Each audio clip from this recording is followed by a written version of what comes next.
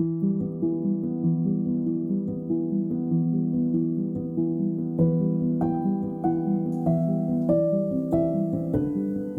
must have a change of heart. Each one of us needs a change of heart. As each of us sins against God, we form a stubborn and hard heart toward Him. As we resist His will for us in unbelief, our hearts can become dull. We can, in a sense, become hard of hearing, or so nearsighted as to be blind. Disobedience and resistance to God can obstruct us from not only living a life well lived before God, but they can rob us of the relational blessings that we can experience every day with God. We must have a change of heart, and that change of heart means the putting off of our stubbornness. It means doing things God's way instead of our way. It means that we stop resisting and start obeying. For our part, we need to stop resisting and turn to God. But for God's part, when we've stopped resisting and we've turned to Him, He will empower us to love Him wholly and to obey Him. We stop resisting and turn to the Lord. God empowers wholehearted love of Him and obedience to His commands.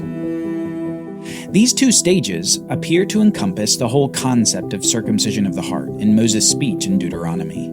Because there's a circumcision of the heart that a human can do, and there's a circumcision of the heart that God does. Both related, but distinct in what they accomplish. The human can stop resisting and have faith, but God must provide the power to love Him wholly and obey His commands. You could think of this as showing up for heart surgery. You've stopped resisting going into the hospital. You've listened to the counsel of others that you need to go, and finally you schedule the appointment and go. But the surgeon is the one who truly fixes things. He's the one who makes your heart work properly again. He's the one who changes the heart completely. You can say, I got myself a new heart, while the surgeon can say, I gave him a new heart. Both are true and require both the patient's willingness and the surgeon's expertise. Okay, so we're going to rejoin Moses' speech today near the end.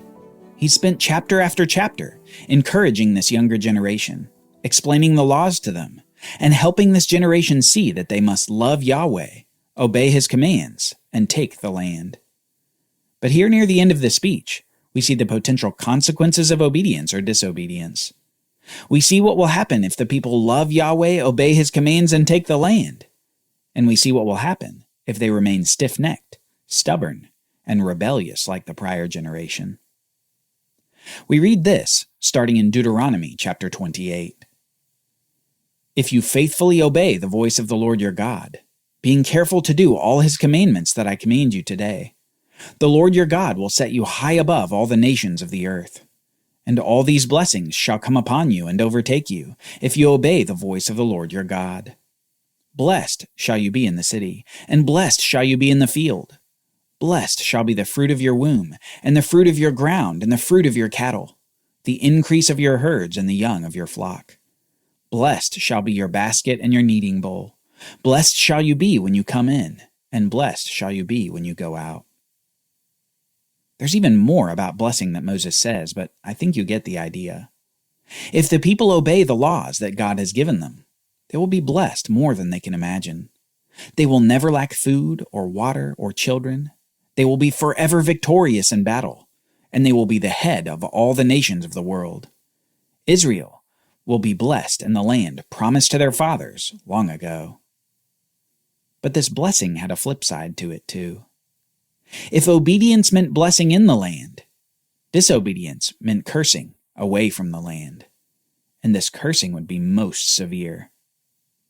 We read excerpts of this, beginning in verse 15 through the end of chapter 28. But if you will not obey the voice of the Lord your God, or be careful to do all His commandments and His statutes that I command you today, then all these curses shall come upon you and overtake you. Cursed shall you be in the city, and cursed shall you be in the field. Cursed shall be your basket and your kneading bowl. Cursed shall be the fruit of your womb and the fruit of your ground, the increase of your herds and the young of your flock. Cursed shall you be when you come in, and cursed shall you be when you go out. The Lord will cause you to be defeated before your enemies. You shall go out one way against them, and flee 7 ways before them, and you shall be a horror to all the kingdoms of the earth. The Lord will bring a nation against you from far away, from the end of the earth, swooping down like an eagle, a nation whose language you do not understand, a hard-faced nation who shall not respect the old or show mercy to the young. If you're not careful to do all the words of this law that are written in this book, that you may fear this glorious and awesome name, Yahweh your God, then Yahweh will bring on you and your offspring extraordinary afflictions, afflictions severe and lasting, and sicknesses grievous and lasting. And the Lord will scatter you among all peoples, from one end of the earth to the other, and there you shall serve other gods of wood and stone, which neither you nor your fathers have known. And the Lord will bring you back in ships to Egypt, a journey that I promised you should never make again, and there you shall offer yourselves for sale to your enemies as male and female slaves, but there will be no buyer.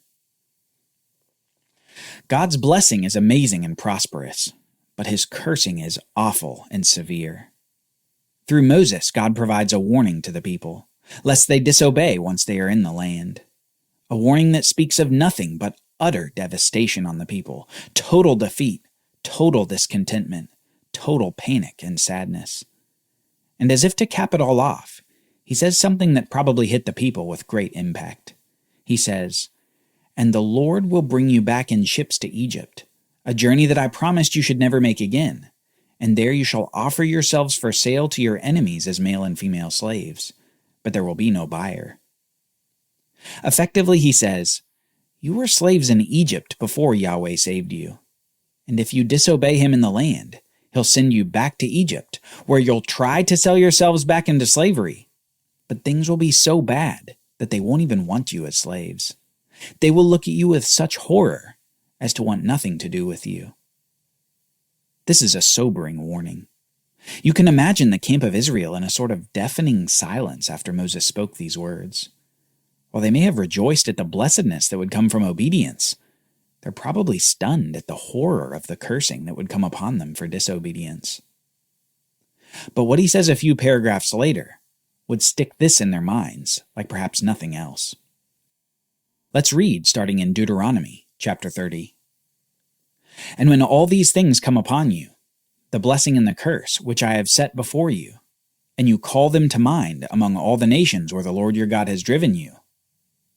Wait, stop. What did he say? When you call them to mind among all the nations where the Lord your God has driven you? Moses is saying that they're going to experience the cursing. He's saying that eventually this nation will be cast out of the land of Canaan and driven to other nations.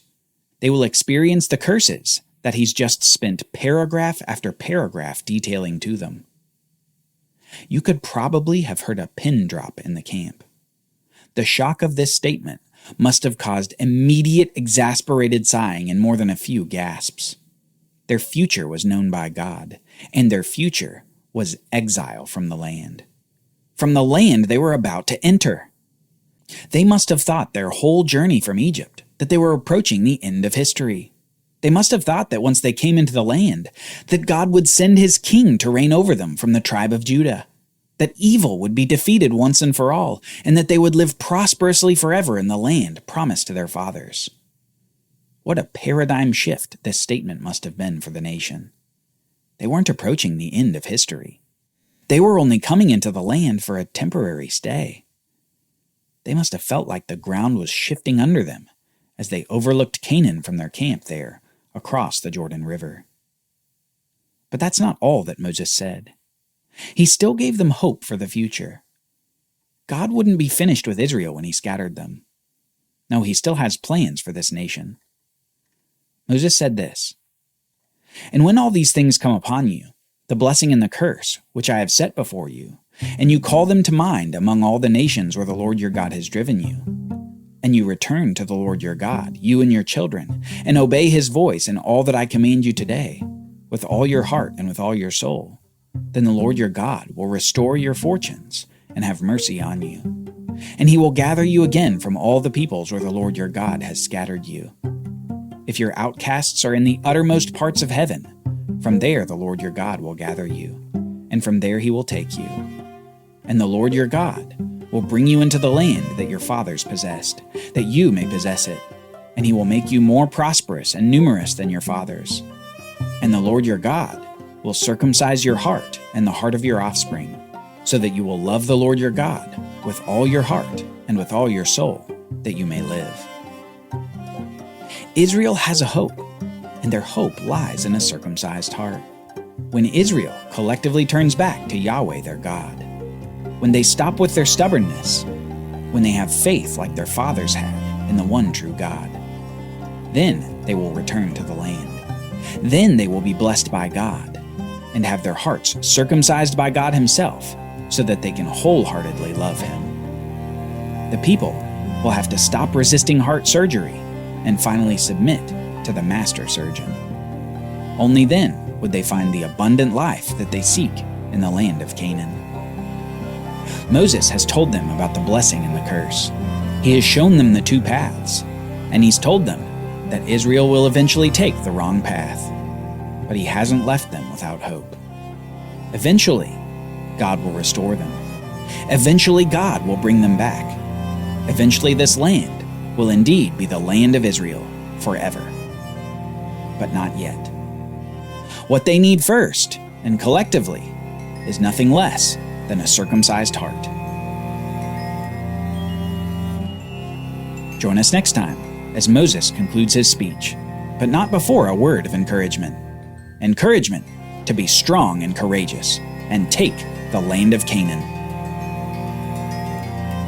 For Bible readings, reflection questions, and quizzes, don't miss the Bible Brief app. Available on iOS and Android, so you can go deeper into the story.